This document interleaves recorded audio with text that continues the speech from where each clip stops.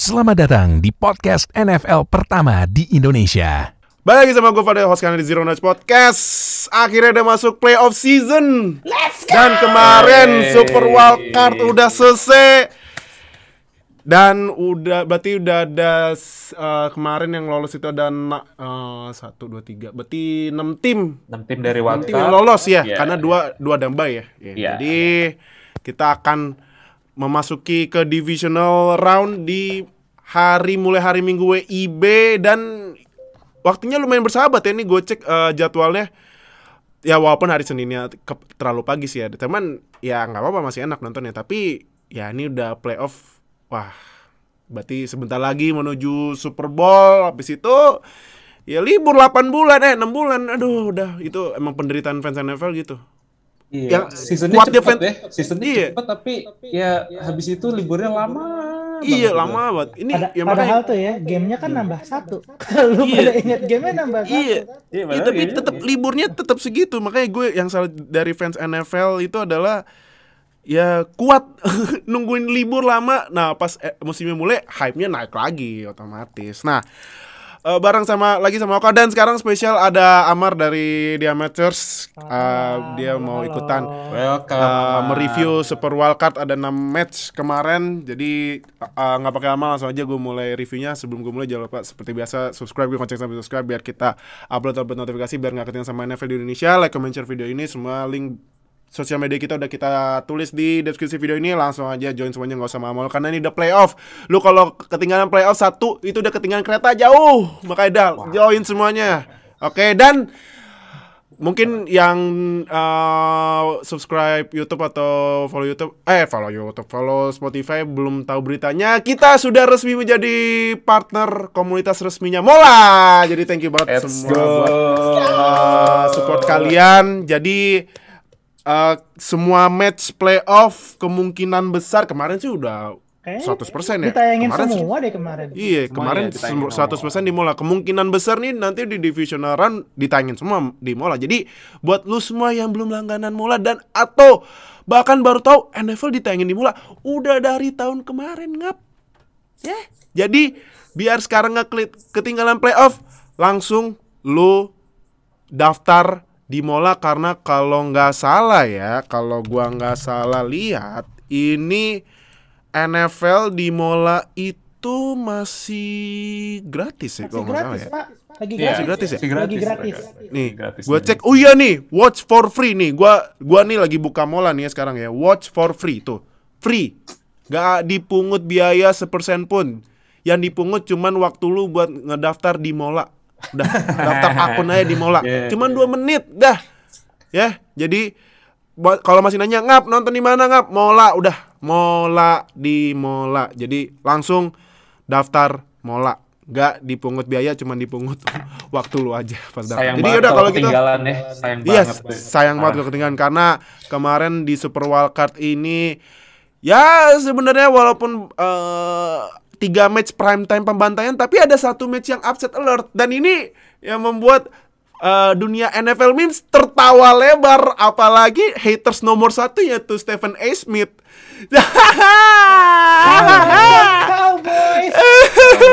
Cowboys. Tapi gue bakal berurutan ya buat nge-review dari pertandingan hari Minggu waktu Indonesia sampai kemarin terakhir di pagi hari Senin. Jadi gue bakal bacain dulu skornya. Yang pertama ini Bengals lawan Raiders, menang Bengals 26-19. Bengals akhirnya menang game playoff pertama kali sejak tahun 1991. Wow. Ini gila ya. Gila. Gue masih inget banget terakhir Bengals main di playoff itu lawan Steelers, yang Bengals udah mimpin di awal-awal, tiba-tiba imploded terakhir, bikin penalti nggak jelas. Menang kita Steelers. Semua itu gara-gara Fontes Burfict nih. Gara-gara Fontes Burfict yang hit ke AB itu, yang sekarang pada bilang City. Padahal sebenarnya kalau ini ya kita kasih tahu lagi, City itu nggak bisa didiagnosis kalau orangnya masih hidup, harus kalau orangnya sudah meninggal. Ya, amit-amit kalau udah meninggal itu baru ketahuan CTI. Jadi lu kalau ngecengin AB jangan City A, City I, ntar kalau udah beneran itulah ya. Nah, next ini Mungkin Aman mau bereaksi tentang ini ya. Nanti dapat waktunya kan, dapat jatahnya. Nanti kan? di review ya. Ada Nanti. pasti. Ini Bills ya, ampun Bills lu. Ini gue paham ya, Bills punya dendam kesumet gitu ya sama Brady. Brady jadi pemiliknya, ini jadi ownernya Bills tuh kan. Rekor 32, menang 3 kali, cuma 3 kali kalah. Ini gak ada Brady dihabisin Patriots-nya ya, 47-17. Ya ampun. Dan nah, nanti ada faktanya tentang Bills ya, tapi nanti aja pas review. Gue recap skor dulu. Next, ini di hari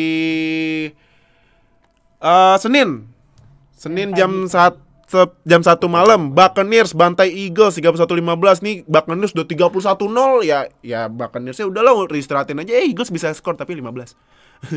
Ya, jadi nggak ada gunanya. Nah, next ini yang kayaknya nanti di review yang bakalan lama ya. Kita review ini 49ers upset alert lawan how about them Cowboys? Aduh. Fans Cowboys Sangat ingat tebak ini mah.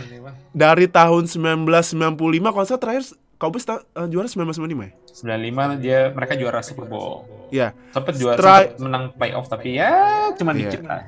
Iya. Dan gue sebelum rekaman ini gue baca faktanya, Cowboys sejak tahun 1997 ya 1995 juga tetap Cowboys cuman menang 3 kali playoff.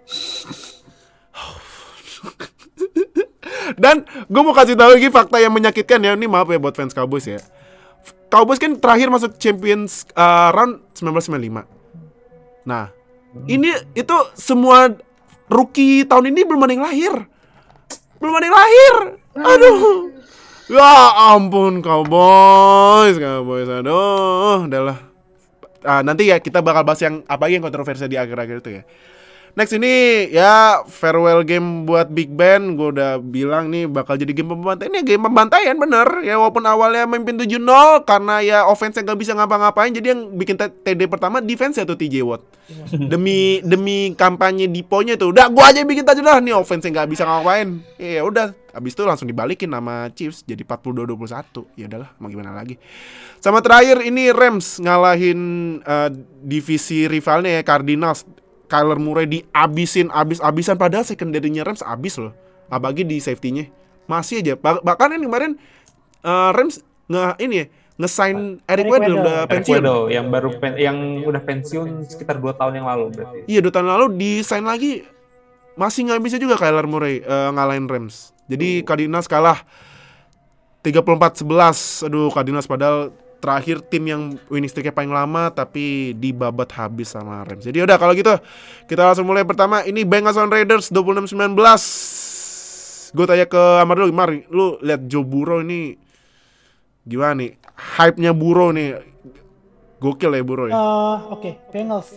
Menurut gue ya mereka bisa tampil sampai sejauh ini tuh menurut gue bakalan jadi kesempatan paling baiknya Bengals buat menang Super Bowl tuh sekarang. Harus sekarang. Harus sekarang. Karena tahun depan dan tahun-tahun berikutnya tim-tim yang lain bakal adjust sama mereka. Mereka bakalan lihat gimana caranya Joe Burrow main, gimana Ja'Marr Chase, Tyler Boyd, T. Higgins, CJ Uzomah itu jadi senjatanya Burrow, bisa mainnya bagus banget.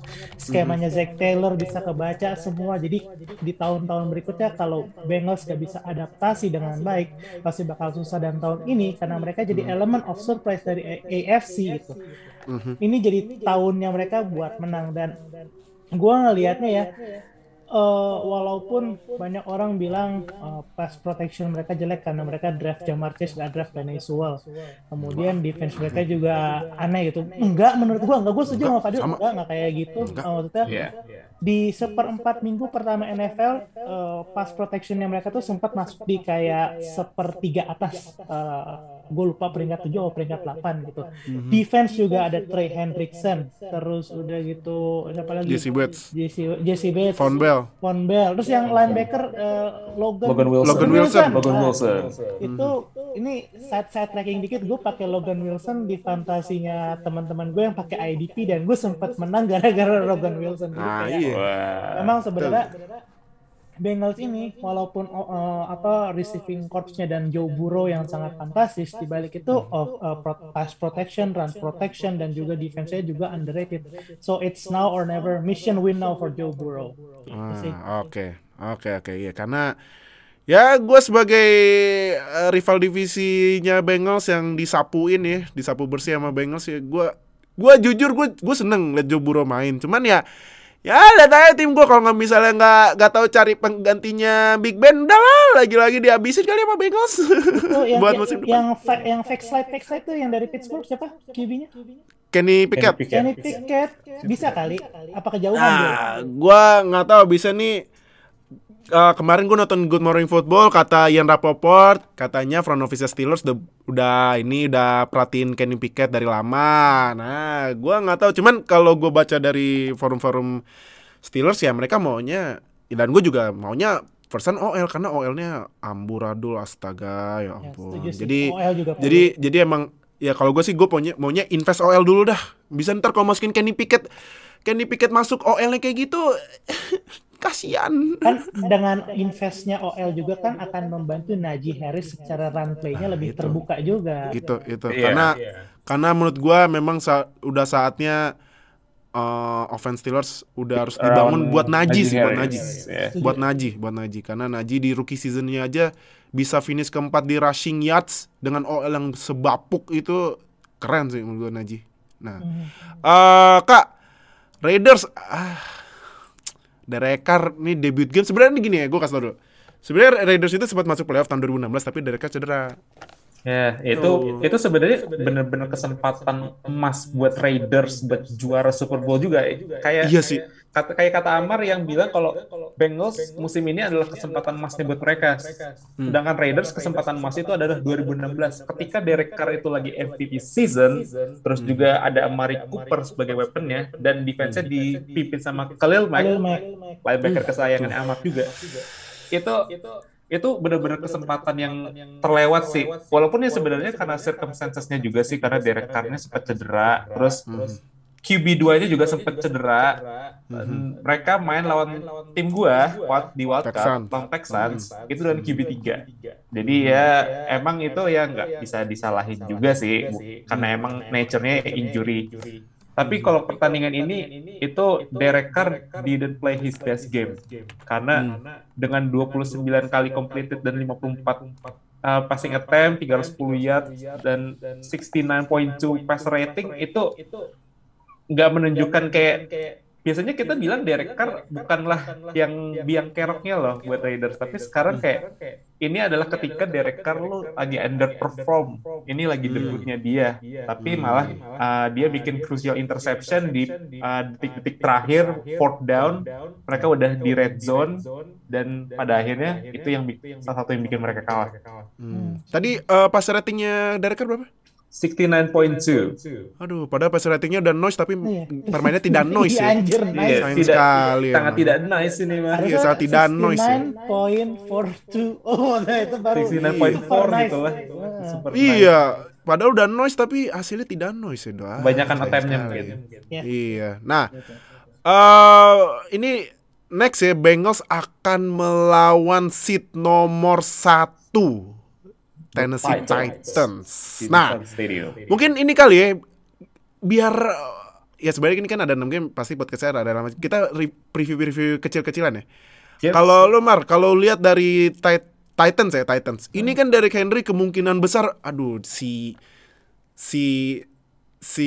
badak ya, badak dari AFC nih, badak dari AFC dari Tennessee bakalan balik, kan sempat cedera katanya out for season, tapi ya badak pasti cepet sembuh dan udah latihan. Wah, ini buat Bengals ini kalau misalnya Derrick Henry beneran main dan full ini ya 100% snap misalnya, full carry. Gimana nih cara nge-adjust-nya nih? Oke.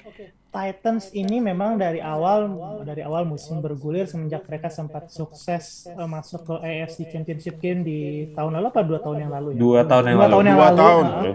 Memang seakan-akan sudah merencanakan bahwa offensive game mereka itu bakalan lewat dari Henry. Walaupun yang dikasih kontrak extension itu Tannehill, Derrick Henry ini dikasihnya franchise tag ya. Iya, franchise tag. Tapi sebenarnya juga udah gue potong dikit, dia udah dapat extension sebenarnya. Henry udah dapat ya? Udah dapat extension. Oke. Jadi dua-duanya udah dapat. Oke, lanjut. Cuman kan tapi awalnya gitu kesannya agak-agak ada ketidakadilan, injustice. But anyway, ke depan akan tetap offense-nya Titans ini kan jalan sama mengedepankan run game-nya dari Henry. Di luar itu juga gue ngelihatnya nih Titans ini kayak nggak bisa mengutilisasi weapon mereka sebaik 1-2 musim yang lalu. AJ Brown sempat cedera, tapi pas balik cedera pun dia nggak bombastis. Julio Jones, Bust of the Year, setuju apa enggak? I think it could be, ya. Menurut gue ya, gue potong. Menurut gue ya, yang pas Julio Jones ke Titans kan hype-nya, wow ini gila, duo AJ Brown, Julio Jones, apaan? Cederaan. They spent second round on Julio Jones. Hype-nya gede, tapi secara diterjemahkan ke dalam statistik, ke dalam hasil itu nggak ada, hampir nihil. Kemarin juga pas cedera kan sempat ada kelimpungan, cuman di satu game, 1-2 game gitu ketika mereka lawan ketika mereka lawan Bills, ketika lawan Chiefs gitu, mereka bisa menang. Tapi lawan ini Texans, Oka pasti udah tahu lah gitu. Ya, satu kalah, satu lagi susah payah. Iya, benar. Secara konsistensi ini tim tuh ada masalah gitu. Walaupun Derrick Henry balik dan nanti offense-nya bakal balik lagi dijalanin berdasarkan dia dan berputar di arah dia gitu. Gue masih tetap yakin Bengals yang menang sih, sorry banget nih. Oh, tetap Bengals yang menang. Bengals ya. Bengals. Iya, karena menurut gue Titans weaponnya nih, gue terakhir nonton Julio sama AJ Brown sehat bareng kapan ya? Nah, itu dia, itulah. Like maybe only 1 or 2 games sih kayaknya. Iya, 1-2 game kan, makanya doang. Gue bingung kapan terakhir ya. Gue sering nontonnya. Kayak di awal-awal pekan deh, di week 1 atau week 2, dan di week 1 itu kalah sama Cardinals, dibantai habis 13-13. Iya. Nah itu. Makanya jadi ya kalaupun main berdua juga gamenya kayak gitu, seringnya juga ya AJ Brown dan doang yang main, Julio Jones doang yang main, malah lebih banyak dua-duanya nggak main. Iya kan? Nah, kalau lu Kak kalau misalnya lihat dari Titans, apakah kalau kalau misalnya dari Henry udah full recovery, apakah balik lagi ke template 70% Henry lari, 30% Tannehill lempar, apa gimana? Kalau Henry fully healthy, jelas pasti akan offense-nya bakal run through deh. Di Rhino of the NFL ya. The badak. Now down to the king. Iya, bener-bener the last king gitu loh kan. Iya. Karena menurut gue, kalau misalkan Henry nggak dapat full carry dan nggak fully healthy, itu Tannehill bener-bener rawan akan bikin kesalahan. Karena sedikit perfect dikit, dalam sekitar 8 pertandingan terakhir kayaknya Henry itu cedera di pertandingan lawan Rams bukan ya? Lupa antara itu ya, di tengah-tengah deh. Kayaknya sebelum Rams deh. Gue masih kayak sebelum Rams deh. Abisnya pas lawan Rams, kalau nggak salah itu running back-nya Adrian Peterson. Oke. Ya, kayaknya kalau salah sebelum Rams. Dan Tannehill itu setelah tadi berarti lawan Colts atau Rams berarti. Itu rekor mereka sebenarnya nggak jelek-jelek amat ya. Ada 6-3 atau 5-3 tergantung dari kapan dia absennya. Tapi 3 kekalahan itu adalah ketika Tannehill banyak banget bikin turnover dan offense-nya juga banyak banget bikin fumble. Jadi kita harus perhatiin juga apakah Derrick Henry ini benar-benar full healthy, karena itulah kunci dari offense-nya Titans. Dan gue merasa kayak Titans nggak bisa, ya benar kata Amar tadi, nggak bisa utilize weapon nomor 2-nya karena AJ Brown nggak bisa kerja sendiri, dan WR2-nya itu kemarin ketika Julio Jones juga bisa absen lama, siapa paling ya ini? Chester Rogers, Nick Westbrook ikan. Nick Westbrook, itulah yang namanya penyewat itu. Gue mau nambahin, kan sebenarnya tujuannya, ini kayaknya ya berdasarkan analisis gue ya, tujuannya Titans itu ngambil Julio Jones itu karena kan Julio Jones itu prolific route runner walaupun udah tua. AJ Brown dari 2 musim terakhir itu selalu disasar jadi deep target. Ya dia kayaknya mau kayak dulu DK Metcalf di Ole Miss gitu. Jadi ada 1 sama 2. Kalau dulu kan DK Metcalf yang jadi deep, nah sekarang mungkin mau coba AJ Brown yang jadi deep gitu. Nah, si Julio cedera. Terus udah gitu kan berarti AJ Brown sendiri. Karena route runningnya AJ Brown nggak sebagus banyak route runner lainnya, jadinya nggak efektif. Terus kayak gitu cedera juga. Mungkin itu tuh penyebabnya tuh. Jadi plannya Titans tuh sebenarnya kayak gitu, tapi nggak kejadian gitu sih Kak. Mungkin gue nambahin. Good point sih. Oke. Kita next match ini. Gue aja sampai. Jadi mungkin cerita dikit ya. Kemarin itu kita menggelar nobar. Cuman nobarnya ini nggak kita ini ya. Belum kita umumkan karena kita testing dulu ya kan. Jadi kan ya masih banyak kasus pandemi yang kita tahu itu. Jadi kalau misalnya kita sebar takutnya kan over ya kan. Jadi kita tes dulu nih buat nobar, ternyata kita tes masih juga rame ya nobar, karena kita sudah skip di tahun 2021 buat nobar kan. Skip banget. Skip. Sekalinya datang sama aja nontonnya kayak nonton Tarkam ya. Rame ya. Jadi ya jadi kan nanti buat di division orang ada match hari Minggu pagi ya kan. Nah, nanti kita infoin lah ya kalau misalnya ada nobar. Nah, tapi ini infonya cuman eksklusif buat kalian yang ada di Lineup Pecat. Oke. Jadi yang tadi gue bilang dari awal, kalau kalian belum masuk ke sosial media kita semuanya, langsung join semua link sosial media kita di deskripsi video ini. Jadi biar nggak ketinggalan sama NFL di Indonesia. Nah, ini gue bacain lagi skornya ya buat fans Patriots. Aduh, ya gue juga fans Steelers juga dibantai ya kan. Jadi ya udahlah ya, mau gimana lagi. Kan gak separa Patriots. Iya sih. Nah, ini Bills, gue bukan bilang ngalahin ya.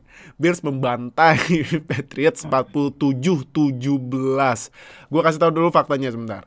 Buffalo Bills adalah tim pertama dalam sejarah era Super Bowl ya, bukan sejarah NFL, karena kan ada era sejarah NFL itu semuanya termasuk sebelum Super Bowl. Nah, ini Bills menjadi tim pertama di era Super Bowl yang bikin 7 drive awalnya semuanya touchdown. Gak ada field goal. Gak ada punt hasil drive-nya. Gila ya, emang Bills. Gue tanya ke Oka dulu deh. Lu liat Bills ini. Nih Bills nih menurut lu nih apakah karena memanfaatkan cuacanya ya, lu tau kan Buffalo di Januari itu ya udahlah pilihannya 2 antara dingin mampus atau saljunya tebel. Nah, tapi kalau lihat dari komen tuh Bills nih kenapa bisa ngebantai Patriots abis-abisan ya? Simpelnya adalah di offense mereka main the perfect game. Main the perfect game. Karena Josh Allen kemarin juga gunslinging ability-nya juga keren banget sih. 5 touchdown juga dan hampir perfect passer rating, hampir, dan dia itu dan nggak segitu juga dia sampai bikin 66 rushing yards. So Josh Allen is on fire, man. Gila. Tapi kita juga jangan lupa ada Devin Singletary yang sekarang udah mulai jadi RB kepercayaannya Sean McDermott, karena biasanya kan dia split carry juga sama Zach Moss. Tapi sekarang dengan Zach Moss-nya banyak sempat cedera juga, Devin Singletary itu muncul. Dia udah jadi RB satunya dari Bills dan bisa nunjukin kalau dia pantas lah dapat huge amount of carry dari offensive play calling-nya Bills. Dan kemarin tuh juga Josh Allen selain dia bikin 5 touchdown itu dia rata gitu passingnya ke berbagai macam receiver, mulai dari running back, mulai dari wide receiver, tight end, sampai offensive lineman. Semua dapat jatah. Semua dapat jatah. Jadi Iya, itu benar deh, kalau misalnya tim bikin touchdown ke OL tuh udah bentuk dari disrespect sih, udah. disrespect man, Disrespect gila. gitu udah. Kacau gitu. Dan defense-nya juga menurut gue salah satu yang paling underrated. Iya. Sebenarnya bukan underrated lagi karena mereka one of the best lah, one of the best secara tim ya. Secara pemain mungkin karena pemain yang nggak banyak yang populer jadi nggak begitu dilirik sama. Padahal salah satu safety-nya Bills masuk ini loh, masuk All Pro loh. Jordan Poyer. Yeah. Dan menurut gue itu emang Jordan Poyer emang deserve karena Poyer mainnya bagus. Ya, dan menurut gue juga Micah Hyde juga salah satu safety yang super underrated ya. Menurut gue harusnya dapat at least dapat All Pro votes juga karena dua-duanya tuh bikin 5 interception kemarin di regular season. Iya. Malah menurut gue Poyer Micah Hyde best duo safety musim 2021 ya. Could be, iya. Menurut gue ada consideration-nya kalau mereka tuh best duo safety di NFL. Jadi dengan defense yang passing, terutama passing defense yang benar-benar on form banget, dan juga offense yang lagi nyetel kayak kemarin bikin 7 touchdown in total. Menurut gue dengan Bills yang besok minggu depannya bakal lawan Chiefs yang akan kita bahas nanti. Ini adalah pertandingan yang menurut gue salah satu AFC Championship in making sebenarnya kalau misalkan mereka nggak ketemu. Jadi we'll see. Oke. Nah, Mar, kalau Patriots gimana, Mar? Langsung, Mar. Gini. Patriots itu sebenarnya kalau gue mau cari alasan ya sebenarnya ada 3. Pertama, questionable play calling. Gue bilang questionable play calling karena ada kayak momen-momen di mana sebenarnya jarak ke first down itu udah cukup dekat, tapi entah itu yang menginstruksikan Bill Belichick atau yang menginstruksikan adalah Josh McDaniel. Dia malah ngepan gitu kayak udah third and one, udah fourth and one, kayak sebenarnya bisa go for it buat maju gitu. Tapi malah terus udah gitu kayak ada third and long, dia malah ambil screen pass gitu. Jadi kayak ini udah jadi permasalahan Patriots dari awal musim sampai sekarang lah. Atau mungkin teman-teman sekte Patriots juga udah pada tahu, udah pada sering ngomel di grup kayak sebenarnya play callingnya Patriots tuh hancur amburadul. Kedua, wide receivers ini Kendrick Bourne, Nelson Agholor, terus siapa lagi tuh? N'Keal Harry. tercinta. N'Keal Harry. Where tercinta. Sang baginda. Kalau di WFA ada baginda yang lain. Ini bagindanya Patriots, N'Keal Harry. Baginda. Luar biasa ini. Jadi kayak secara receiving enggak banget, banyak bola-bola lepas, banyak bola-bola jatuh. Dan jadinya ya nggak jalan aja gitu. Tadi pagi teman-teman gue di TA pada sempat ngomong kayak ini kalau misal Odell Beckham pindah ke Patriots pasti hasilnya nggak akan sejelek ini. Well, mungkin tetap kalah, tapi nggak akan kalah dibantai. Nggak kalah dihabisin. Jadi kayak ya bakalan ada perlawanan yang lebih sengit lah. Dan yang terakhir satu lagi adalah defense. Jadi defense ini sebenarnya di tahun ini agak naik turun. Sempat defense kita bagus banget, tapi ke depan di akhir-akhir tuh rada buruk lagi. Matthew Judon not feeling like himself, kemudian Dante Hightower is really slow, JC Jackson berapa kali kena burn sama Stefon Diggs. Itu menurut gue ini harusnya jadi PR nih, jadi PR buat Patriots. Tapi di balik ketiga alasan gue tadi, yang paling utama dan paling paripurna menurut gue adalah memang Patriots secara menyeluruh kalah kelas sama Bills. Kayak kata Oka, they play the perfect game on both ends ya.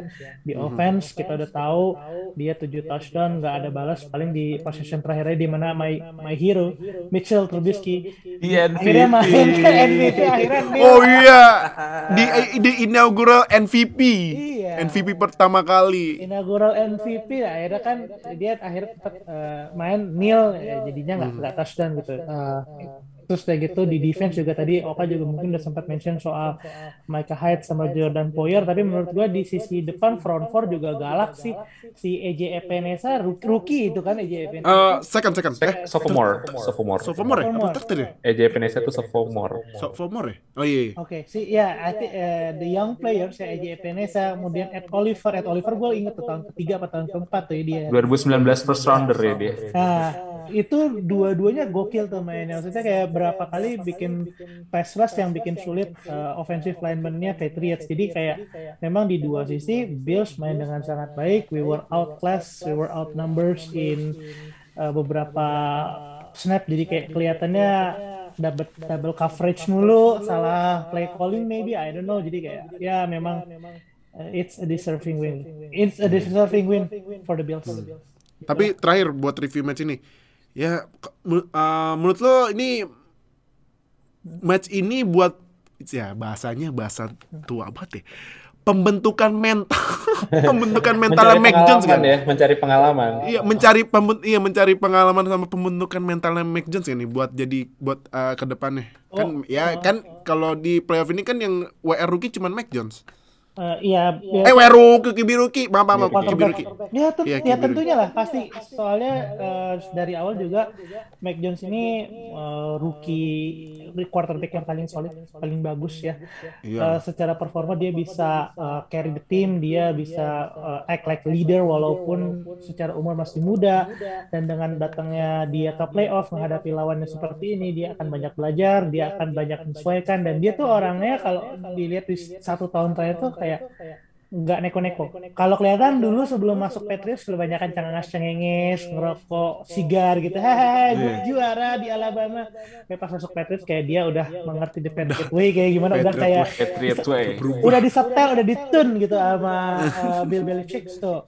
Ya, I think walaupun kalah, gue sebagai fans Patriots tetap yakin sih ke depannya pasti Patriots bakal bisa bersaing lagi, walaupun mungkin belum langsung menang kayak sama Tom Brady ya, gitu. Let's not be too optimistic, but I think the path down the road is going to be a good one. Gitu. Oke.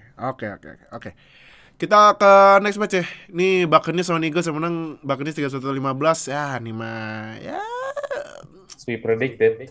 Iya, udah sangat diprediksi ya. Ini yang tadi gue bilang nih, Buccaneers juga udah sampai third quarter 31-0. Iya. Terakhir 15. Ngepur aja sebenarnya. Iya, jadi ini kayaknya review juga bakal cepet. Jadi kalau lu dari Kak gimana Kak kemarin? Pas lu lihat highlightsnya atau misalnya nonton full game? Untuk Buccaneers sih mungkin khawatirnya ada 2 sekarang. Apa dah? Pertama, apakah mereka bisa udah dapat WR kedua yang bisa komplement Mike Evans? Karena mungkin aja Rob Gronkowski nggak akan dapat 7-10 target in setiap match. Tapi pertanyaannya itu apakah wide receiver kayak Tyler Johnson, Brashad Perriman, Scotty Miller itu bakal dapat target yang cukup banyak. Karena Brady jelas nggak akan cuman nge-prefer sama satu receiver doang. Jadi Mike Evans kemarin dapat 9 catches dan 117 yards, 1 touchdown juga. Tapi itu Brady nggak akan terlalu berfokus kepada satu receiver aja, tapi akan coba untuk spread the ball pada akhirnya. Nah, siapa tuh yang bakal ngambil spotnya dari Chris Godwin? Bukan AB ya, gue nggak ngomongin AB, gue ngomongin Chris Godwin. Masih karena juga kemarin kan sebenarnya yang nangkep touchdown pas AB ngamuk-ngamuk kan siapa namanya? Cyril Grayson. Kemarin si Cyril Grayson out kan? Iya. Nggak main. Nah, itu out. Sama mungkin satu lagi untuk Tampa Bay Buccaneers adalah mungkin gue agak khawatir sama pass protection-nya karena kemarin Brady kena 4 sacks dan cukup mengkhawatirkan aja karena next game itu mereka bakal lawan Rams. Rams lagi. Dengan Aaron Donald, dengan Von Miller, dengan Leonard Floyd. Jadi pass protection mungkin mereka coba akan regroup di 1 minggu ini sebelum melawan Los Angeles Rams. Jadi itu mungkin concernnya. Mar, kalau dari Eagles nih, Jalen Hurts kan debut ya, walaupun dia di sophomore season ya, karena kan di rookie-nya disuruh duduk dulu liatin Carson Wentz main jadi badut kan pas tahun kemarin. Nah, tapi ini Jalen Hurts sebuah pembelajaran berharga nggak? Abis dibabat sama Buccaneers. Oke. Menurut gue ini sama kasusnya kayak Bills ya. Ini menunjukkan beda kelas ya. Lagi-lagi Buccaneers sama Eagles, of course. The Eagles will learn from it. Tapi memang dari awal menurut gue tuh Eagles bisa masuk playoff itu they're a bit lucky karena mereka bersaing di divisi yang sebenarnya tidak begitu kompetitif. Tidak begitu kompetitif. The Cowboys did really well. Maybe we'll talk about that later gitu ya. Tapi kan lawan-lawannya kayak WFT, mereka masih perlu quarterback. Kemudian Giants, bing bong. Bing bong, aduh, bing bong. Aneh lah gitu Giants kayak gitu. Kayaknya mereka sempat curi-curi menang lawan beberapa musuh yang AFC East AFC East ya tiba-tiba. Dapat AFC East kayak ketemu Jets, ketemu Miami gitu. Terus juga beberapa colongan lawan-lawan yang lain. Jadi kayak sebenarnya ya they got a bit lucky. Yang menurut gue bakal bisa lebih kasih lawan yang lebih sulit gitu ya, kasih perlawanan yang agak susah itu kalau misalnya Saints yang masuk. Tapi kan kalau nggak salah Eagles menang lawan Saints di regular season. Iya kan makanya yang masuk jadinya Eagles gitu di seat ke-7. So gue tetap belum melihat Eagles di tahun depan gitu bakal jadi contender lagi, kecuali mereka buat perubahan besar di off season, mereka regroup, terus kayak gitu rombak besar-besaran, baru mungkin nonton Eagles bisa jadi menarik lagi gitu sih. Oke. Kita next game. Nah, ini kan berarti ini durasi podcast kan biasanya 45 menit ya, tapi karena playoff ya harus lebih lah, ini banyak pembahasannya. Tapi sebelum gua ini dulu ya. Nanti pas Rams ya. Karena kan Rams ketemu Buccaneers ya. Berarti next aja ya. Nanti pas terakhir. Karena ini next game ini yang pembahasannya bakal lama, yang durasi podcastnya bakal lebih dari sejam. Karena ini game yang awalnya memang Cowboys. Tahu Cowboys ngejar. Endingnya kenapa kayak gini nih? Ini 49ers. Menurut gua ini upset alert. Karena 49ers masuk sebagai tim wildcard bisa mengalahkan Cowboys yang juara divisi AFC East. Nah, 49ers ngalahin Cowboys 23-17. Kak, ini lagi-lagi ya, menurut gua ini 49ers yang nge-carry adalah Debo. Dan Debo. Iya, dan Debo. Nah, gimana Kak kalau 49ers? Man, Debo is something else, man. Debo gila sih. Itu jenis weapon yang kayaknya buat NFL di masa depan itu bakal banyak Debo Samuel lainnya yang bisa main di back, main running back, terus habis itu juga main wide receiver juga dan bisa nangkep. Itu akan muncul Debo Samuel lainnya nanti di masa depan. But salah satunya ini juga San Francisco, terutama Kyle Shanahan itu bisa menang in spite of Jimmy Garoppolo playing like Jimmy Garoppolo. Iya, ini kalau lu nonton ya, itu 49ers udah mimpin, Jimmy Garoppolo experience keluar lagi. Udah enak-enak mimpin, kasih bola ke Cowboysnya bikin touchdown off turnover. Aduh. Ya apa Jimmy. Itu maybe mungkin untuk fans 49ers merasa frustasi ya pasti ya sama mereka udah mimpin jauh, udah 23-7, udah nyaman-nyaman masuk quarter 4, tahu-tahu Jimmy Garoppolo bikin Jimmy Garoppolo things. Si kambiang memang nih. Walaupun menang, tapi gue masih nggak yakin Jimmy Garoppolo bakal di-retain as a QB1 ya. Karena kalau misalkan dia sampai bikin performance kayak gini lagi lawan Green Bay Packers next week dan udah main jelek dan kalah, Jimmy Garoppolo is out. Karena Jimmy Garoppolo ini udah kayak in his last leg gitulah, udah di ujung tanduk istilahnya. Jadi kalau misalkan dia udah having a one bad game di next week ataupun mungkin miraculously the next week after, itu Trey Lance udah siap. Walaupun dalam performance-nya dalam rookie season ini Trey Lance nggak begitu impresif, tapi I think Kyle Shanahan bakal berani untuk pull the plug. Iya. Apalagi kan kemarin pas draft ngambil Trey Lance, 49ers nge-trade semua aset buat ngambil 2 first round picks yang untuk ke depannya sama first round pick mereka sendiri yang buat naik. Terus ambil Trey Lance. Jadi emang udah pertanda itu ya pas ambil Trey Lance dulu ya. Iya. Mar, nih Widem Boys gimana? Gini, Cowboys itu menurut gue ya, ini sepanjang regular season tapi ya, sepanjang regular season adalah salah satu tim yang paling kuat dan tim yang paling komplit di NFL. Like it or not, mereka tuh di offense sempurna, di defense juga sempurna. Kalau nggak salah ada statistik yang kayak mereka nomor pertama di apa? Ingat nggak? Defense-nya itu adalah number 1 di takeaways. Iya, sama Cowboys itu tim pertama yang pas QB-nya bikin passing 4.000 yards, WRS 1.000 yards. Defense-nya pemain ada 10 sack, ada 10 interception sama satu lagi gue lupa ada gitu. Ya, 10 sack-nya kan dari Micah Parsons, 10 interception-nya dari Trevon Diggs. Nah, jadi kayak sebenarnya secara kualitas pemain mereka punya semua, mereka jago gitu. Kayaknya ngelawan siapa aja bisa gitu, bukan sesuatu yang mustahil lah. Gitu. Dan di jelang akhir pertandingan itu ya mereka tunjukin ya mereka berhasil memanfaatkan ke Jimmy Garoppolo gitu.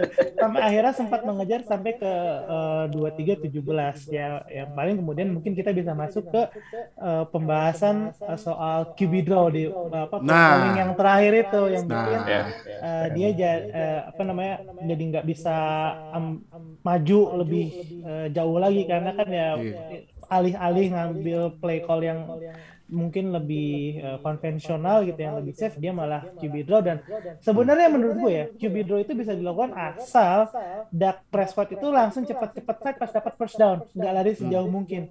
Kan yang penting first down dulu, slide langsung spike the ball, sesuaikan. Kalau tadi kan dia larinya kalau gue lihat tuh dia larinya tuh agak jauh dulu gitu, nyari dekat dulu. Tapi kan dia nggak lihat tuh waktunya berapa lama. Kalau misalnya dia sempat slide langsung regroup and reset lagi, itu bakal bisa dapat kasih waktu dan mungkin Cowboys bisa dapat one last play yang bisa bikin menang mereka. Cuman ya in the end it's a Cowboys.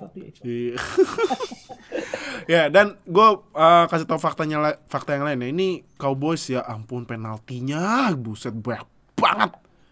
Nih Cowboys penalti 14 kali. Hampir set the record for most penalties in one possession game bukan sih? 14 kali penalti lo nih emang gak disiplin banget Cowboys kemarin. Nah, Kak, kalau lu nih gue tanya lu ya kayak. Yes. Kan pas selesai match kata Mike McCarthy, kata Dak Prescott katanya wasit tuh emang dasar. Kan abisnya kan di akhir-akhir kan kelihatan wasitnya kan dia buru-buru lari tapi langsung nabrak Dak Prescott sama senternya kan buat naruh bola. Ya kan? Iya. Tapi kalau menurut gua ya salah Dak, karena kan ya lu gini lu udah diajarin dari lu pertama kali main football. Setiap play selesai kasih bola ke wasit. Ini kenapa play udah selesai malah kasih ke center buat naruh bola. Itu salah. Itu juga salah. Itu juga salah satu brain fuck moment sih. Iya, nah kalau lu Kak, gue kan kita kan sempat post ya yang kontroversi itu ke Instagram dan banyak yang bilang Dak salah tapi ada juga yang bilang wasitnya ngelawak ya kan. Kalau lu Kak siapa yang salah sih sebenarnya nih? Ya, kalau misalkan yang wasit nabrak Dak itu ya sebenarnya football incident aja sih, kayak sesuatu kayak gitu tuh bisa terjadi. Kebetulan aja emang ya waktunya adalah ya lagi krusialnya ya kan. But overall kalau misalkan spot the ball itu jelas adalah Dak's fault. Itu adalah kesalahan dari Dak. Emang udah peraturan dari sananya untuk lo harus kasih bolanya ke ref buat ngereset the play. At least lo dapat spike dan bisa langsung at least Hail Mary dapat lah, Hail Mary M gitu. So ya menurut gue itu lebih kayak Dak having like a brain fart moment aja sih, kayak emang lagi bingung dan lagi panik dan situasinya lagi crunch time banget, beberapa detik dan no time out, jadi itu bisa kejadian. Nah, terakhir ya gue mulai ke Amar. Itu kan kemarin Mike McCarthy bilang yang QB draw itu adalah keputusan play yang tepat ya kan, kata Mike McCarthy. Karena kan gue sih nganggepnya Sorry, what? Iya, kata Mike McCarthy ini itu play yang tepat, bener. Nah ya tapi kalau gue sih nganggepnya ya ini kali disuruh sama PR kali ya. Tapi kan nggak tahu ya kan. Nah menurut lo nih, gimana lo tuh Mar, Dak dengan gak ada timeout satupun, sisa udah tinggal 10 detik, QB draw. Kan tadi lu sempat bilang kan seharusnya Dak larinya gak usah jauh-jauh, lewat garis first down dikit aja. Udah langsung slide, terus kasih bola ke wasit, taruh bola, snap langsung spike kan biar selesaiin waktu, stopin waktu kan. Tapi yang gue mau tanya konteksnya nih buat QB draw, dengan gak ada timeout satupun, QB draw itu keputusan yang tepat gak buat Cowboys? Oke. Sebenarnya banyak ya play yang lain yang bisa diambil ya gitu. Makanya Banyak ya, lo bisa set up inside zone, lo bisa set up screen pass atau maybe set up kayak Ohio spacing atau levels gitu yang nanti ngarahin ambil receiver paling luar, kan itu bisa buat ngabisin waktunya gitu. Cuman menurut gua QB draw tetap bisa dilakukan. Bukan sesuatu yang sepenuhnya salah, walaupun banyak pilihan lain yang mungkin bisa memberikan hasil lebih baik. Cuman kalau lu mau melakukan QB draw, eksekusi lu harus benar. Lu nggak boleh nggak disiplin, lu harus tahu wasit di mana. Lu harus tujuan lu apa? First down, terus udah gitu matiin waktu kan, berhentiin waktu. Spike. Lu harus spike karena nggak punya karena nggak punya timeout gitu. Ya lu lari, lu lewatin first down ya, terus udah gitu ya udah lu kasih ke wasit, you do your business and you get the job done.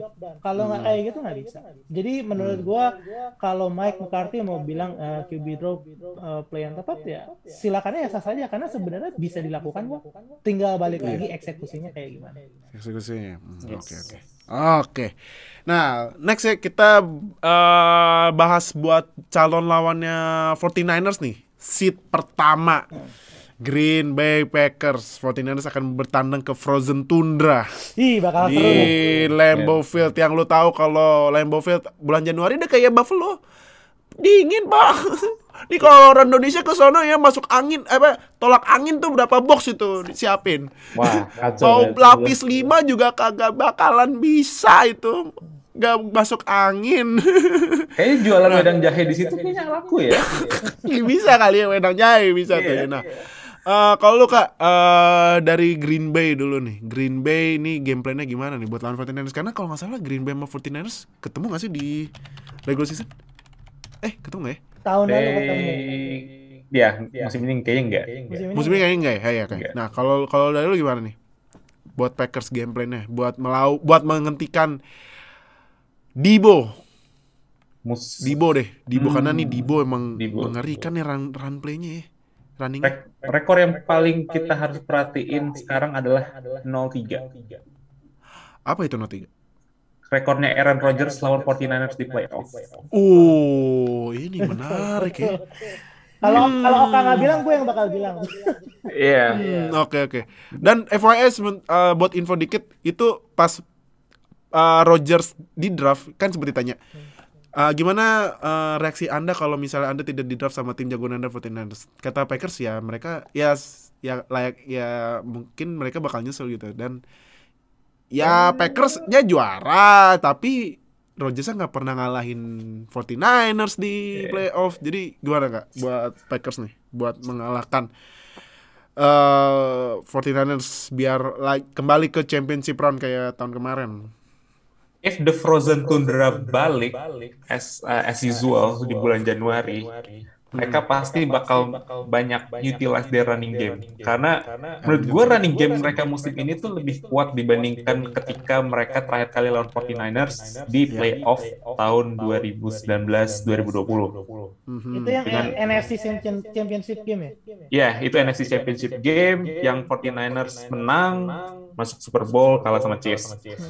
Dan menurut gue dengan adanya RB lebih dari satu yang bisa ambil heavy carries, selain ada Aaron Jones juga ada AJ Dillon, menurut gue ini akan jadi advantage lebih buat Packers ya, karena dengan frozen tundra dan angin yang cukup kencang itu pasti Packers dan juga Matt LaFleur bakal coba utilize the running game more, dan Aaron Rodgers, but when we needed him, dia bakal deliver as usual. Cuman mungkin 49ers sekarang kan juga sedang on form juga kan mereka. Jadi ini bakal jadi pertarungan running game lawan running game sih. Karena 49ers juga bisa utilize their running back kayak Elijah Mitchell dan juga put Deebo Samuel di bagian di running back. Jadi ini akan jadi pertarungan running game antara kedua tim yang sebenarnya sih aslinya mereka traditionally adalah tim passing ya sebenarnya. Cuman dengan kondisi frozen tundra di bulan Januari, menurut gue mereka bakal lebih banyak make running game mereka untuk next week. Oke. Mar, kalau lu buat 49ers gimana cara menghentikan Packers deh? Gimana cara ngentin Rodgers ini? Dah. Justru, karena gue potong. Karena kemarin itu saat 49ers main, sayangnya Fred Warner cedera. Salah satu linebacker topnya kata kalau nggak salah dia cederanya non contact injury kalau nggak salah ya. Yes. Gue sempat dengar non contact. Gue lupa cederanya apa. Oke. Gue sambung ya Dila. Jadi sebenarnya gue buat defense sih justru gue nggak gitu khawatir soal 49ers, soalnya memang secara defense menurut gue pribadi they can do better than the Packers gitu ya. Nick Bosa walaupun bakalan nggak ada Fred Warner, tapi Nick Bosa kan sepanjang musim setelah dia balik cedera mainnya gila-gilaan dan mungkin jadi kandidat comeback player of the year juga gitu. Nick Bosa. Terus udah gitu ya. Kalaupun nanti misalnya defense can work, I think gue juga bakal setuju sama Oka, they can take the Packers to a shootout lewat running game. I mean Kyle Shanahan itu coach yang bisa utilize running game yang benar-benar full of trickery, kemudian sangat efektif. Kita lihat perjalanan mereka dari tahun 2019 ke Super Bowl itu, mereka kan bisa melesat jauh karena pakai running game-nya, dan kadang-kadang si running game itu sendiri diselipin jadi decoy buat play action yang efektif. Targetnya sekarang buat play action ada, lu bisa pilih George Kittle, kemudian ada Deebo Samuel. Kalau misalnya Deebo Samuel nggak lining up as a running back, atau Brandon Ayuk, dan itu tiga-tiganya itu kalaupun bukan jago banget adalah at least respectable target man gitu. Mereka pasti bisa diandelin ya di berbagai situasi. Sedangkan untuk skema running, siapapun running backnya, selama lu main di bawah Kyle Shanahan and the 49ers, they can always do well gitu. Pasti bisa bikin sakit lah lawan lu gitu. Jadi gue ngerasa this is going to be a really fun match. This is going to be a match that worth watching lah menurut gue, dan mungkin gue akan coba usahain biar NFL Fans Indonesia bisa ada nobar lagi nih, karena ini pasti game bakal itu. Jadi karena Packers lawan 49ers mainnya hari Minggu pagi, nanti kita info. Cuman ya lagi-lagi gue bilang info nobarnya spesial buat kalian di LAN Open Chat aja. Yes. Jadi lagi-lagi untuk ketiga kali gue bilang langsung join semua sosial media kita di deskripsi video ini, karena udah playoff, lu ketinggalan satu aja udah ketinggalan jauh ya. Jadi langsung yaudah nggak usah lama-lama. Kalau lu belum punya line, langsung download line buruan. Oke. Kita berarti ini next Chiefs lawan Steelers, saya menang Chiefs 42-21 nih. Padahal gua ngikutin panutan gua aja, urinating 3, we are gone to Super Bowl. Tapi ya gitulah ya. Kalau gua ya mungkin nih, gua pasti Steelers ya. Steelers, tapi ada yang mau ditanya dulu ke gua buat Steelers. Mungkin langsung aja kali ya, bener tuh. Langsung aja ya. Oke. Ya Steelers, lu lihatlah ini udah nih ya, Steelers 9 week beruntun gak bisa bikin skor satupun di first quarter.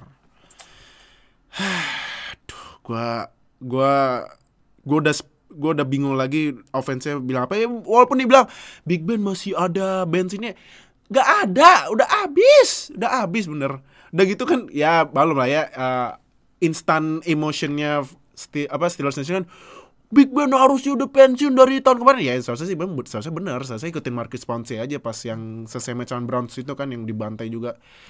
Dan ya Big Ben mainnya, iya, gue sempat baca ada yang bilang ini salah Matt Canada. Baru gue bilang bukan salah Matt Canada, emang playbooknya itu nggak cocok sama Big Ben karena emang Big Ben ini udah nggak selincah dulu. Nah, playbook Matt Canada ini harus QB yang lincah gitu, jadi nggak cocok sama Big Ben. Nah, makanya jadi ya menurut gue ya Steelers bisa masuk playoff dengan QB-nya udah nggak bisa gerak kayak dulu, OL-nya hancur, offensive coordinator baru tahun pertama.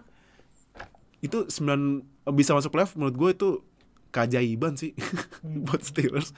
Gue aja kaget gimana caranya masuk playoff nih. Coba kemarin seri ya Chargers lawan Raiders ya. Nah, buat defense ya lagi-lagi gue bilang cornerbacknya memang ya mau gimana, mau lawan Tyreek Hill yang larinya kayak maling, kenceng banget, gak bisa kejar. Makanya touchdown-nya banyak, yang ada satu touchdown kan, kalau saya touchdown ke-5-nya kan yang Tyreek Hill sendirian tuh di pojok. Nah, jadi yes. Ya cornerback-nya hancur, inside linebacker-nya apalagi, ya ampun, itu Chiefs explosive play-nya dari run play-nya banyak banget, karena ya inside linebacker-nya gak bisa ngapa-ngapain. Itu fans Steelers udah pada bilang Devin Bush bust. Iya mau gimana lagi, gue gak mau bilang alasan abis cedera ACL, gak mau. Padahal, jelek. Padahal yang main Jerick McKinnon, bukan Clyde Edwards. Iya, Jerick McKinnon loh, bukan Clyde Edwards-Helaire loh. Padahal yang RB-nya bukan RB satunya aslinya mereka. Iya, makanya bukan McKinnon. Jadi ya ampun, gue banyak PR-nya deh buat Steelers, karena di draft nanti juga, setelah draft GM-nya Steelers bakal pensiun tuh, si Kevin Colbert. Jadi ibaratnya nih ya, ini udah 2021 ke 2022 ini udah transisi totalnya Steelers deh. Nah itu jadi ya harapan terakhir gue buat musim ini semoga aja TJ Watt menang Dipoy deh. Kalau nggak kan gue bakal ngamuk kalau nggak menang Dipoy. Kemarin tuh TJ Watt udah defensive touchdown, udah kasih touchdown buat Steelers. Kalau nggak musim juga nggak menang Dipoy, gue nih emang komite NFL nih ada yang anjir. Nah, ada Rick nih, emang Rick. Nah, terus kalau buat Chiefs-nya deh, Kak, dari lu nih Chiefs gimana? Iya, interestingly sebenarnya kan kemarin yang pertama touchdown itu Steelers kan. Steelers sih ya, TJ Watt. Steelers. Jadi Chiefs ini juga sempat lambat panas juga. Quarter 1 mereka banyak, terutama Mahomes juga banyak bikin interception lagi. Turun. Iya, 3 dan juga ada 1 interception juga. But on the rhythm, it's over, man. Bener-bener it's over. Karena gue baru aja cek drive-nya dari Chiefs ya. Mereka itu dalam 5 drive pertama itu punt, interception, punt, fumble. Itu 5 drive pertamanya. Jadi mungkin itu yang bikin lu rada optimis kali ya, Dio. Iya. Dalam pertandingan kemarin. Iya, apalagi lihat urinating tree langsung pas TJ Watt touchdown. Oh, iya, udah langsung heboh kan. Cuma di abis itu ya udah. Balik lagi. Rhythmnya dapat Mahomes dan offense Chiefs itu langsung 6 touchdown beruntun. Gila. Ya, emang Chiefs-nya, offense Chiefs itu agak interesting ya. Karena mereka eksplosif, but ketika mereka nggak dapat ritmenya yang mereka cari, itu justru mereka bakal mandek for some reason. Tapi ketika mereka udah leluasa, udah lebih relax, dan juga play call-nya bisa didapat banyak dapat big play juga, big play opportunity, itu mereka bakal memangsa setiap tim yang mereka lawan. Makanya kemarin kan mereka juga pull all the tricks in the books. Mereka banyak main jet sweep juga, running back-nya berbagai macam, dari Jerick McKinnon sampai Derrick Gore dipakai semua. Ada fullback-nya juga dapat carry. Terus ballnya di spread, dan juga itu mereka ada sekitar 1, 2, 3, 4, 5 receiver berbeda yang catch the touchdown. Dan ini termasuk Nick Allegretti, offensive line dari Chiefs juga dapat. Itu siapa lagi? Bikin touchdown loh. Siapa itu? Dan mau tau gak yang lebih total disrespect lagi, Travis Kelce bikin touchdown. Ya ampun, passing touchdown loh. Bukan catch tapi passing touchdown. Passing. Ya ampun. Dan inilah yang bikin menarik ke Chiefs lawan Bills next week ya. Yoi. Nah, ini tadi ya sesuai janji gue, karena Bills lawan Chiefs belum dari bawah sih gue lupa tadi. Jadi sempat kayaknya udah dibahas dikit. Oh, udah sempat ya? Oke. Berarti ya kalau gitu kita langsung aja ke pertandingan terakhir. Ini ada Rams lawan Cardinals yang menang Rams 34-11. Mar, nih apa yang salah sama Cardinals ini? Kenapa ini? Apa mungkin karena gak ada ini pemain favorit? Itu tuh backgroundnya Oka tuh. Dua pemain udah pindah tim, gak bisa menang juga. Apa karena gak ada DeAndre Hopkins apa gimana? Nah, kalau menurut gue sih sebenarnya dari awal musim sebenarnya tumpuannya itu ada di Kyler Murray. Jadi kayak ada di Andre Hopkins ataupun enggak, Kyler Murray yang harus step up menurut gue. Dan sebenarnya di regular season pun dia sempat step up ya. Maksudnya kita sempat ngobrolin, Kyler Murray MVP season nih di awal-awal ya kan. Yes. Sampai akhirnya kemudian dia imploded dan akhirnya sekarang di playoff kejadian gitu. They just cannot simply keep up with the Rams aja gitu, kayak ya emang I don't know, Kyler Murray does not feeling like himself aja menurut gue di game ini. Kayak lemparan-lemparan dia ambil, kemudian gimana dia play the game itu nggak kayak Kyler Murray yang kita tahu yang jago gitu loh. Jadi ya gue sih sebagai fans netral ya kecewa lihatnya, karena gue ngarepnya game ini bakal seru. Tadi tuh ya gue sempat nonton sedikit lah nyambi gitu, pas Rams sudah ngebantai kayak beda 2 touchdown 3 touchdown, gue matiin streaming, gue mending balik kerja karena I don't want to waste my time sih. Gitu. Dan udah beda 2 touchdown terus yang 21-nya ini ya pick six ya? Itu pick six. Wah, ampun. Gue habis pick six matiin streaming itu. Nih, menurut gue ya, kalau pandangan gue, kayaknya tuh QB zaman sekarang tuh nggak diajarin buat kalau misalnya udah dikepung dan mau kena sack, udah ambil sack aja. Nih, yang kemarin kan Kyler Murray udah dikepung di end zone-nya sendiri. Bukannya ambil sack buat safety, malah lempar jadi pick six, kan mendingan safety 2 poin daripada 6 poin. Iya, benar. Iya. Fair point sih. Mendingan 2 poin dong. Jadi aduh, emang kayaknya gue liat QB zaman sekarang kayak Mahomes juga pas yang Chiefs lagi jelek banget kan, dia hero ball-nya banyak banget kan, udah dikejar-kejar, paksa lempar, interception, incomplete. Nah, jadi ya QB zaman sekarang emang pada jarang ambil taking sack aja mendingan ya. Nah, Kak, Rams ini kalau menurut gue ya, kemarin tuh Cooper Kupp walaupun mainnya nggak terlalu banyak, tapi emang seharusnya strategi kayak gitu, karena pasti kan tim lawan bakal game plan-nya jaga Kupp, kalau bisa double team. Kemarin Kupp-nya jarang, malah OBJ sama siapa tuh Van Jefferson ya? Yang main-main ya? Ada Van Jefferson juga. Nah, kalau lu ke gimana Kak Rams? Yang akhirnya kemarin juga Matthew Stafford sama berkarir pertama kalinya menang di playoff loh. Aduh, gila. Emang Lions Sakarin si Lions tuh. Aduh, parah emang. For me sih, kayaknya kita sempat nyinggung ini di last week of podcast ya. Kalau misalkan Rams mau go far di postseason ini, Stafford harus main as clean as possible. Dia main harus less mistake as possible, sesedikit mungkin. Dan kemarin itu kebukti. Walaupun dia cuma lempar 17 kali, tapi he do his job, dan 2 touchdown itu juga bikin jadi salah satu gambaran lah bahwa mereka nggak harus depend sama Stafford untuk nge-carry satu tim, nggak kayak di Lions, tapi dia bisa ngerahin ke running back-nya juga. Terutama Sonny Michel dan Cam Akers itu kemarin hampir dapat same amount of carry, dan mereka tuh bagusnya harusnya kayak gitu. Jadi nggak terlalu depend sama quarterback, depend sama balance game, jadi bisa ngebalance running game dan passing game. Dan itu yang bikin mereka masuk Super Bowl pas 2018. Walaupun ya Jared Goff waktu itu juga having a Pro Bowl season juga. Tapi pada akhirnya kan juga sebenarnya dia juga punya running back yang MVP candidate juga pas waktu itu, ada Todd Gurley yang jadi Offensive Player of the Year di 2017, 2018 juga hampir masuk kandidat MVP juga, tapi pada akhirnya diambil sama Mahomes. Itulah yang harusnya dicari sama Rams.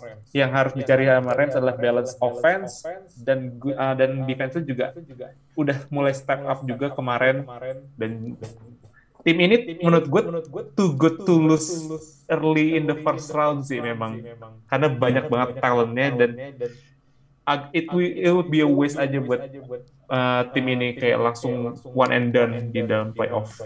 Iya. Apalagi kalau di Cardinals juga ini kan ada James Conner kan. Musim ini total 18 touchdown loh. Tapi James Conner ya main dikit karena ini ya sempat bilang dia rusuknya kalau sama si Sor ya. Jadi dan mereka soalnya juga udah ketinggalan dari quarter awal juga, jadi mereka langsung tancap gas main passing game dan agak abandon the running game juga sih pada akhirnya. Oke. Nah, jadi itu review di Super Wildcard kita. Nah, next week berarti nggak next week juga sih, minggu ini ya, berarti weekend mulai dari hari Minggu pagi. Mulai hari Minggu kita masuk ke ronde kedua, berarti divisional round. Nah, gue bacain jadwalnya, tapi nanti kita tetap posting di semua sosial media kita. Jadi lagi-lagi gue bilang langsung daftar Mola, nontonnya gratis, oke? Gak dipungut biaya, cuman dipungut waktu lu aja 2 menit buat daftar, oke? Nah, buat divisional round hari Minggu pagi tanggal 23 Januari jam 4:30 WIB. Jadi buat kalian yang ada di waktu Indonesia Tengah atau di waktu Indonesia Timur bisa adaptasi ya. Ini ya ada Titans lawan Bengals. Apakah Derrick Henry beneran balik lagi dan main full? Kita lihat aja ntar. Hari Minggu pagi, wah ini lumayan ya, jam 8.15 abis olahraga pagi atau sambil olahraga pagi bisa Packers lawan 49ers. Emang di playoff tuh emang panas ya, emang selalu panas match-up-nya. Padahal biasanya dingin ya. Iya, tapi selalu dingin. Iya, makanya ya, nonton panas dingin jadinya. Kalau di sana, kalau kita di sini panas terus. Nah, hari Senin pagi jam 3 Buccaneers lawan Rams. Apakah Buccaneers bakal bisa balas dendam karena pas di regular season dikalah sama Rams? Nah, kita lihat ya. Dan terakhir hari Senin pagi jam 6:30 ya, bukan biasanya jam 8.15 kayak Packers 49ers ya. Ini jam 6:30 pagi loh. 6:30, ingat ya, 6:30 bukan jam 8.15. Chiefs lawan Bills, berarti repeat championship round tahun kemarin. Wah, ini apakah kita disajikan sama touchdown fest atau balapan fest? Gue sih maunya jangan fun fest, gue maunya touchdown fest ini. Mahomes lawan Allen. Iya, jadi jangan lupa untuk keempat kalinya nih gue bilang ya, Mola gratis nonton NFL, langsung daftar. Udah langsung buruan deh ke Mola. Nanti abis lo daftar ya, terus verifikasi email dan lain-lain. Nanti bagian atas lu pilih sports, terus di tengah-tengahnya ada pilihan-pilihan sports, lu pilih American Sports ya. American Sports. Nah, nanti ada pilihannya tuh NFL. Nah, udah, nanti pas hari pertandingan nontonnya di situ.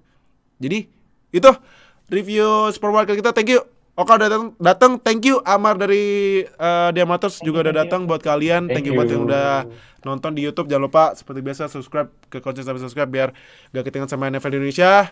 Like, comment, share video ini. Yang dengerin audio only di Spotify, follow kita biar dapat notifikasi pas kita upload. Jadi thank you udah nonton. See you di Divisional Round Review ya. Dadah semuanya. Thank you. Bye. Terima kasih telah mendengarkan podcast